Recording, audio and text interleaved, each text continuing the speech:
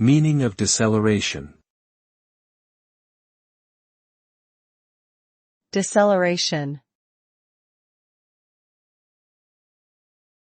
Deceleration. Deceleration. Deceleration. Deceleration refers to the process of slowing down or reducing speed. It is the opposite of acceleration, which refers to increasing speed. When an object decelerates, its velocity decreases over time, causing it to come to a stop or slow down.